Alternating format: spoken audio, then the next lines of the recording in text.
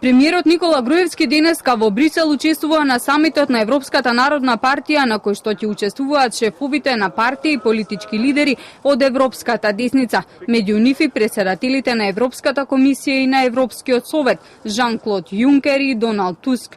На самитот во Брисел веќе пристигнаа и германската канцеларка Ангела Меркел, премиерот на Шпанија Маријано Рахој, премиерот на Ирска Енда Кени, унгарскиот премиер Виктор Орбан, поранешниот француски преседател Никола Саркози и бугарскиот премиер Бојко Борисов.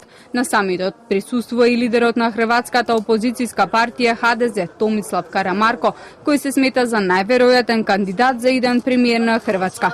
Прашан за ситуацијата во Македонија, Карамарко вели дека го смета за нецивилизирано тоа што македонската опозицијска партија СДСМ го прави во Македонија, јавно објавувајќи прислушувани телефонски разговори на представници на највисоките државни органи.